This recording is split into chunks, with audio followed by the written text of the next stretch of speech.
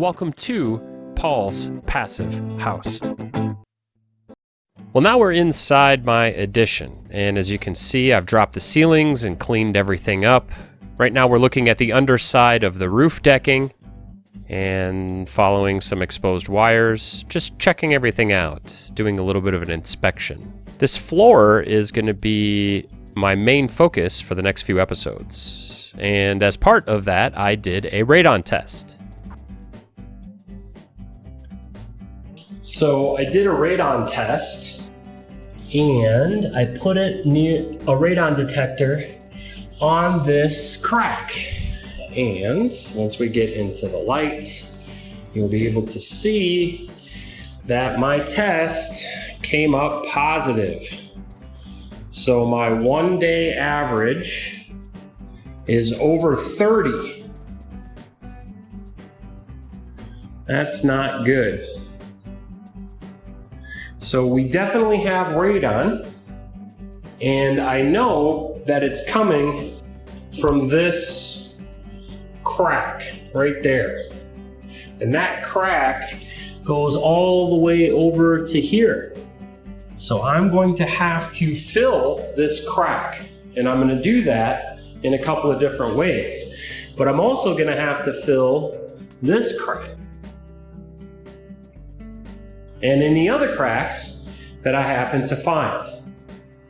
Now, this floor is going to need some grinding. This is a mastic. You can see there's a pattern in it, and it's bumpy. Right, there's some more of that pattern, these wavy lines here.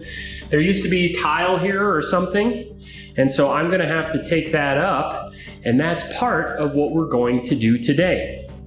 Now, I'm gonna finish prepping this room before I start recording, but by the end of the day today, you're going to see I'm gonna take up 3 inches of the drywall so that I can connect in with the insulation that's behind the walls, and I'm gonna start laying the floor.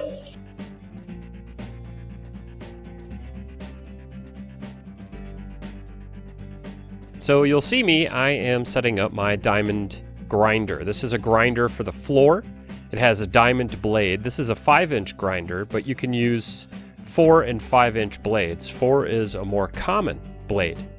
These grinders are great, especially when you incorporate them with your shop vac, which is what I'm doing here. Now, you can't see it, but I am wearing PPE, so I've got my mask, I've got my glasses on. It's very important that you do that. There can be a fair amount of debris, not just flying out from underneath the blade, but also up in the air that's being rustled up by all this movement. The shop vac does do a great job, though, of minimizing the dust in the air. Now, you saw just a second ago that my power went out. That's because I was pulling too many amps from one circuit, so I just re-tripped the breaker and turned it back on.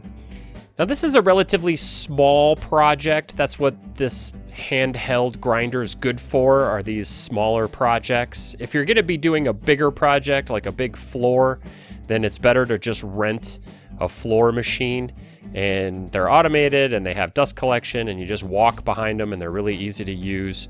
I didn't need one for the purposes of my projects. For this house, I could have technically used one, but I was filling in space a lot more than I was grinding it down. So this handheld grinder did a great job.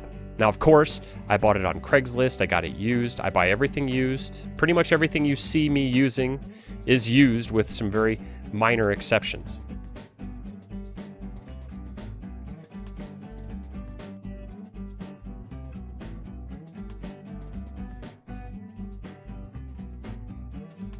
Here we're going to address this crack that I was showing you, where we were getting that radon detection.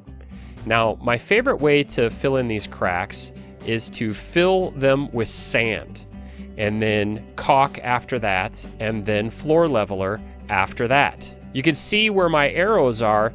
That's where the holes are that are big enough to fit sand. Now, this is a painstaking process, but you just take sand and then you brush it into place, and you just brush it back and forth and back and forth and back and forth until it disappears, until it's all gone. And this can take hours and hours if you're not careful. What you're trying to do is just fill in the gaps as best you can. There are quite a few other ways you can do this. You can fill those larger holes with epoxy. That's a pretty good way to do it. I chose sand, and honestly, halfway through this process that I've nicely sped up for you, but this took about 40 minutes in total, I was miserable and I was thinking, wow, this is a waste of time. Sand works great if the spaces aren't terribly big. Now, I wasn't anticipating that there was a lot of space underneath this crack, but that's not necessarily the case. I've filled in spaces before that are quite a few inches deep, and it takes a long time for that sand to fall into that space. If you watch closely, although it's kind of hard to see with it sped up like this, I'll pile up the sand, let it sit for a little while as it falls down into the crack, and then come back and sweep it in. I think if I were going to do this over again, I would have chosen the epoxy solution, which would have also been a better sealer for the radon. But you'll see, it ends up working just fine, and I had the sand laying around. Sadly, that sometimes is the decision maker for me. If I just have something laying around that'll work, I tend to use it as opposed to going to the store and buying something new. Going to the store takes a lot of time, and obviously it costs money, and you're never really guaranteed that it's going to work anyway. However, if you know that your other solution, in this case epoxy, is going to be a better solution, then you should just do it. I'm just putting myself through torture. So once the sand's all finished and I've swept it into the cracks and crevices and they're full, i.e. they're not taking any more sand, there's no more gaps, there's no more cracks, there's no more crevice, it's all filled with sand, then you take some time to clean up that space, you vacuum it up real good, and it's time to apply the caulk. Now, I chose this stretch product. It's a DAP product. I think it's called 230. It's a great product, and you really liberally spread it over here. And when you couple this with a floor leveler, it works even better. Now, I didn't have to use a floor leveler because this sealed it up so nicely. You'll see in a later episode that I also install radon mitigation. I put a hole in the concrete and install a fan, and that is pretty much a requirement. So, taking a look at my new readings after doing the seal, I wanted to make sure that it's sealed.